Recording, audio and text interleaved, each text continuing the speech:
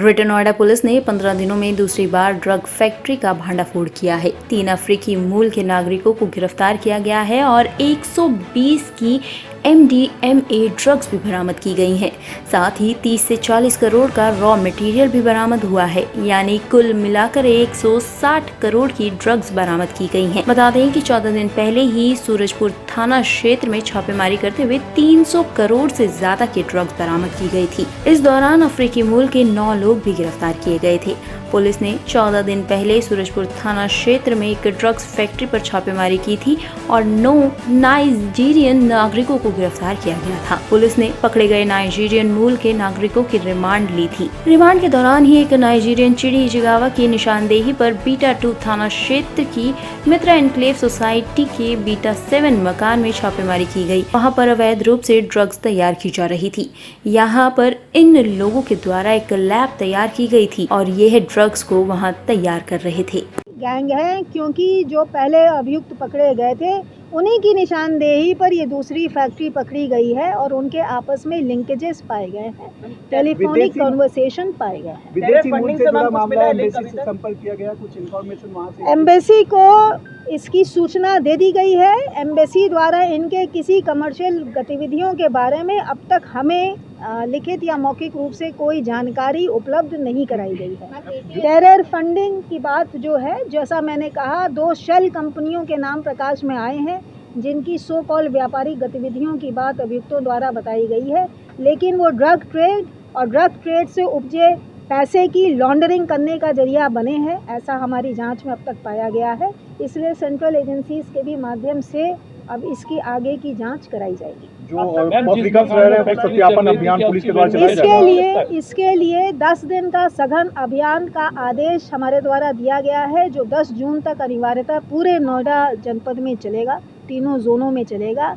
अफ्रीकी मूल ही नहीं, जितने भी विदेशी हमारे यहाँ रह रहे हैं, FRRO नियम के अधीन जो है 1 साल का वीज़ा होने पर उनका रजिस्ट्रेशन अनिवार्य है, उसकी पुष्टि और सत्यापन कराया जाएगा।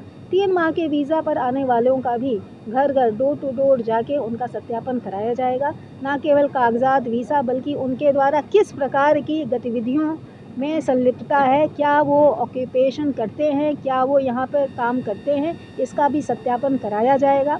पिछले कुछ दिनों में LIU तथा FRRO डिपार्टमेंट द्वारा हमारे संज्ञान में लाया गया है कि उनके द्वारा सत्यापन कराए जाने पर, मौके पर जाने पर विदेशी मूल के, खासकर अफ्रीकी मूल के नागरिकों द्वारा उग्र व्यवहार किया जाता है। यदि पुलिस के किसी भी अधिकारी कर्मचारी द्वारा सरकारी काम के दौरान किसी विदेशी नागरिक द्वारा बाधा उत्पन्न की जाती है तो IPC की धाराओं के तहत पीनल एक्शन तत्काल लिया जाएगा। पिछले दिनों में बीटा 2 थाने में जो मुकदमा लिखा गया था और जो एक फैक्ट्री MDMA मेथ ड्रग को बनाते हुए रंगे हाथ पकड़ी गई थी, उन अभियुक्तों को रिमांड में लेने के बाद उनकी निशानदेही पर कल एक और फैक्ट्री जजेस कॉलोनी में चलती हुई पाई गई है। यहाँ से 3 अफ्रीकी मूल के नागरिकों को गिरफ्तार किया गया है और वहाँ पर लगभग 30 किलो 900 ग्राम बनी हुई प्योरेस्ट फॉर्म की मेथ ड्रग रिकवर की गई है। कुछ अर्ध निर्मित अनरिफाइंड ड्रग भी पकड़ी गई है। साथ ही काफ़ी भारी मात्रा में रॉ मटेरियल को भी जब्त किया गया है। 3 मंजिला मकान में 2 मंजिलों पर इसको कमर्शियल तरीके से बनाते हुए पूरी रेडीमेड फैक्ट्री तैयार पाई गई है, उसको सीज़ किया गया है। साथ ही साथ एक वाहन भी वहाँ पर पाया गया था और उसको भी सीज़ किया गया है। मैडम, जो टीम ने गुड वर्क किया उनके लिए क्या प्रोत्साहन राशि या क्या? DCP ग्रेटर नोएडा और गौतम बुद्ध नगर की SWAT टीम जिसने इस लंबे रैकेट को पकड़ा है, उनके लिए DG कमेंडेशन डिस्क के लिए हमारे द्वारा संस्तुति की गई है। बाकी टीम को हमारे द्वारा प्रशस्ति पत्र प्रदान किया जा रहा है। साथ ही साथ टीम को 50,000 का इनाम भी दिया जा रहा है। जो पहले फैक्ट्री पकड़ी गई थी उससे लिंक करती पकड़ी गई है? जी हाँ, ये एक ही गैंग है जो कार्यरत रहा है। जिस अभियुक्त को हम लोगों को रिमांड मिली थी उसकी निशानदेही पर उसी के गैंग मेंबरों द्वारा संचालित ये दूसरी फैक्ट्री रिकवर की गई है।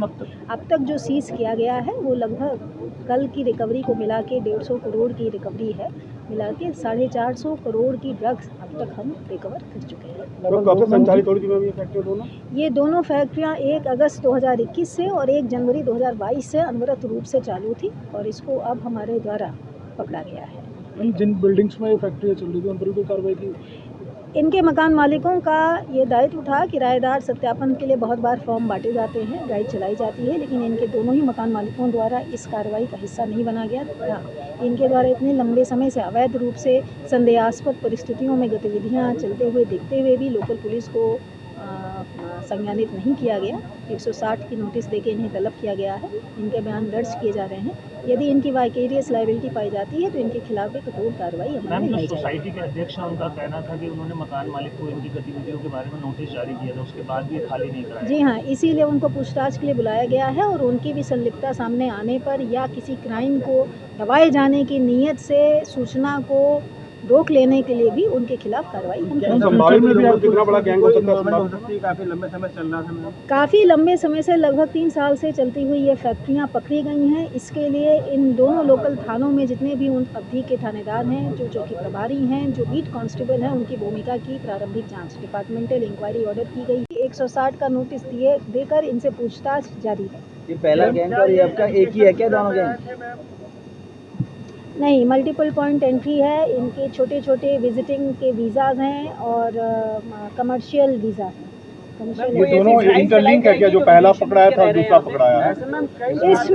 इसमें 2 एक्शन हमारी तरफ से लिए जा रहे हैं। पहला, चूँकि इतने लंबे समय से पूरे मकान को किराए पर लेके विदेशी मूल के नागरिकों द्वारा यहाँ प्रवास किया जा रहा था और उनका कोई सत्यापन नहीं किया गया है, इसलिए एफआरआरओ ऑफिस से संबंधित जो कर्मचारी जिनकी ये बीट पड़ती है, उनकी डिपार्टमेंटल इंक्वायरी ऑर्डर की गई है और यदि उनकी संलिप्तता पाई जाती है तो उनके खिलाफ कठोर कार्रवाई अमल में लाई जाएगी। इसके साथ ही जो 2 थाने हैं जिनके अंतर्गत ये प्रेमाइसेस पकड़े गए हैं, उन थानेदारों की वर्ष 2021 और जनवरी 2022 से जिनकी भी तैनाती रही है, उन थानेदारों की, उन चौकी प्रभारियों की और बीट कांस्टेबल की भी भूमिका की जांच डिपार्टमेंटल इंक्वायरी के आदेश दे दिए गए हैं। एडीसीपी नोएडा जो 2019 बैच के आईपीएस अफसर हैं, उनके द्वारा, शक्ति मोहन अवस्थी के द्वारा ये जांचें संपादित की जाएंगी। यदि हम संलिप्तता पाते हैं, उसके पुख्ता सबूत पाते हैं, तो विजिलेंस इंक्वायरी भी ऑर्डर की जाएगी। मैम, ये दोनों गैंग, ये 2 घटनाएं जो 2 आने के बाद ऑपरेशन प्रहार माननीय प्रधानमंत्री जी, माननीय मुख्यमंत्री जी द्वारा दिए गए ड्रग ट्रेड के खिलाफ, जो जिस नशे से युवा पीढ़ी को तबाह किया जा रहा है, उस ड्रग ट्रेड के खिलाफ लगातार कार्रवाइयाँ की गई हैं। इस ऑपरेशन प्रहार के तहत पहले हमारे द्वारा कैलिफोर्नियन वीड की लगभग 1 कुंटल 900 किलोग्राम पकड़ा गया था। उसके रैकेट पर कार्य अभी आगे चल रहा है। उसी क्रम में ये MDMA ड्रग का रैकेट पकड़ा गया है।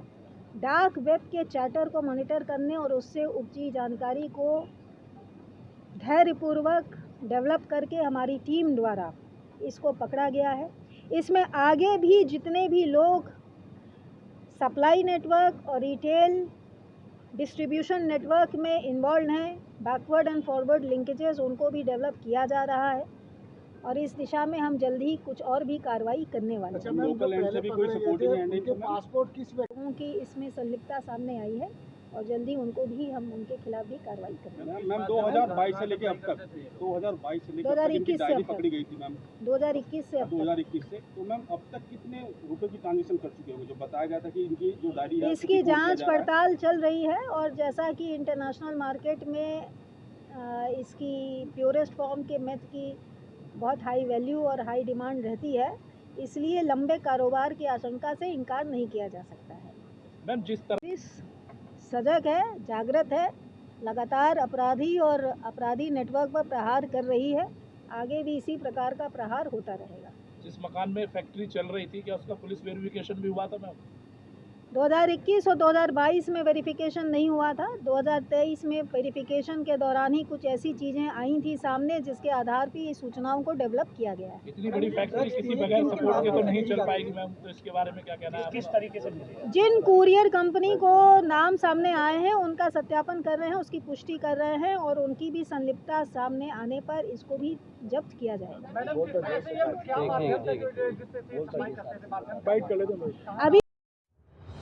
टॉप स्टोरी ब्यूरो के लिए नोएडा से अमर सैनी की रिपोर्ट।